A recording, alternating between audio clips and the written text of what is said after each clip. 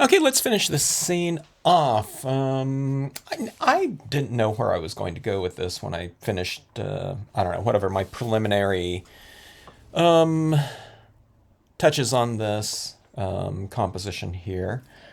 But I was thinking about this last night, and I think we could use some extra texturing up here in the sky. I got a pretty smooth application of tone up there, but this is one of those things, if you have a lot of, I don't know, kind of edge marks or something like that with, whatever applicator you're using, some extra texturing over the top of it can really kind of obscure that and, you know, uh, smooth out, some of those, I don't know, whatever application, I don't know, whatever wrinkles we might run into, if we ever do, and I do, when doing something like this on this fairly matte cardstock. This is a semi-gloss, but it's much closer to matte than it is a gloss. It's not even like, down the middle, 50%. It's much closer to a matte type of paper. You can see it right here. There's like no shine to it at all. You can call it kind of satiny or dull, but like I said, it's much closer to a matte. Okay, so I'm going to utilize my value scheme in here. It's all uniform right now, black, but and it'll look a little bit lighter just the way I rendered it with these smaller shapes down below, less solids. But what I'm going to do is I'm going to blot this out a little bit first, and then I'm going to wipe some of this bottom off. So I'm going a little bit harder, a little bit less hard, less. Okay, so it's going from dry to wet up here. And what we're going to do is we're going to transition the impression going from light to dark like that, because it's going from wet to dry. And that's how we apply tone, wet to dry. But now we're going, top to bottom, so I'm just doing it right here in the design itself. So see, it's a little bit darker in the darker area, and then as it transitions down, it's a drier impression of it, okay? So it looks more kind of grayscale. So you're going dark to light like that. All right, let's do that a few times here, or another, maybe twice, maybe. So blot and transition, and we'll go right over the tops of those Joshua trees in there. And we'll get that extra texturing right up there. See that? Kind of gives it a different, kind of an expanded mood, I would say, too. I mean, this application of black right there is really boring. Now, this is a lot of black over here. I don't know if these impressions are going to show up, because we're stamping black into basically a solid black over there. So I tell you what, so what I'll do is I won't blot this off because I need all the ink that I can get in this area. I don't think it's going to show up because it's a pretty solid layer of black, but I will transition it a little bit from the bottom to top. I'm going to go down a little bit farther into this design, because this is a very dark area out here. Okay. I mean, we can see it right now because the ink is wet. Okay, but I don't think we'll be able to see it when it dries. It'll be a lot more dull. But see, I mean, something like that, I find that there's kind of an expanded kind of spatial corridor doing this. We're going dark to light like that, which we were doing over here anyways. It was dark to light, because how we applied this. It was darker up top and kind of lighter in here as we were doing it. But now there's transitioning textures as well. So it's just another way to reiterate this idea of kind of light coming from down here, and it gets darker as it kind of gets closer to you. All right, so you kind of pull in like that from a visual standpoint. But like I said, I don't know that, it's going to look a little bit different when it dries. Now, if that's not dark enough, I think I can use a little bit of a darker impression up there. So I'm just going to take this. You can do this with like a water pattern too, in water. You do these transitions like this, okay? So I'm going to go with a darker impression over here, or another dark impression over here, okay? And again, I think that's just going to dry where, we might not even be able to see it.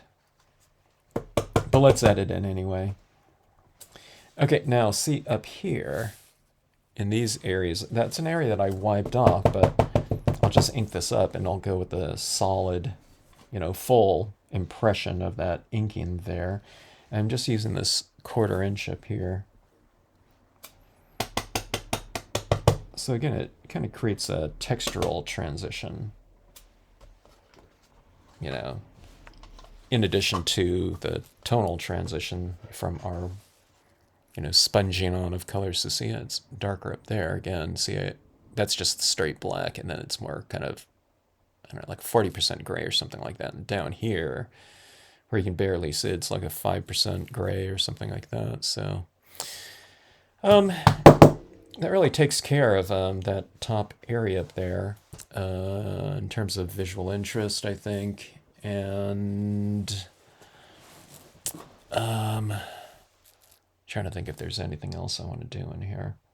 I think that's pretty much it. I'll format this into a card. I'll probably do this type of thing with it, with the silver. I'm not sure though, because this is real kind of matte black right here. I might just go with a little bit of a white border or something like that. Or maybe I can go with a, it might be kind of interesting. Nah, I think that silver is going to be a little bit too dark, but you can go like something like this, then silver, just a real thin, piece of it, and then go with like a matte black around there. That might look kind of interesting. Although, I don't know, the white might be better in terms of lighting, like that. I mean, that silver doesn't look too bad. I don't know, I'll figure it out. I mean, it could be an either or type of thing. And, I might just choose to go with something other than that silver just for something different here. I'm not sure yet. Okay, so this ink right here is pretty wet, so I'll need to let that dry, and then we'll get this formatted up and take a look and see what it looks like. Okay, I just decided to go with the silver. I don't know if it's getting boring seeing that same type of kind of approach to finishing off these cards or not, but I don't know.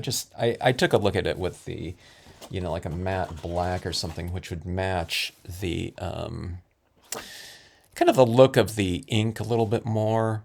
But I thought, when it comes down to it, I just think that reflective silver just looks a lot nicer. I mean, when you hold it at certain angles, I mean, it's kind of dark as it, as is, but then you just get the variation with the lighting hitting it like that. And I don't know, you kind of get the best of, I don't know, maybe multiple worlds, get the light, dark against light, dark against dark, and everywhere in between. Okay, so utilization of value within your stamps to create different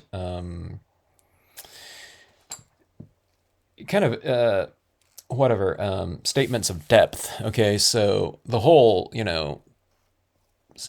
small saguaros right in the background here are stamped in a lighter ink just by wiping it off and stamping it down like that. But you can also vary the amount of ink within a given design to create depth, so near and far in this case, and just stamp it out like that. So things like sky images are a perfect type of image to utilize that that varied, I don't know, whatever dampness type of impression to create depth. I do it to create textures too. Sometimes, like in cloud stamps, I'll just kind of wipe off the edge so it stamps it a lot softer. But you can also do it like in something like this. The larger forms like this is like a Altocumulus sky or a mackerel sky, whatever you want to call it. But the close, those darker, more larger kind of textural forms in here represent something a lot closer to you. And this is like looking out to the horizon. So you can kind of push that scale and distance with the use of lighter shades of ink down here.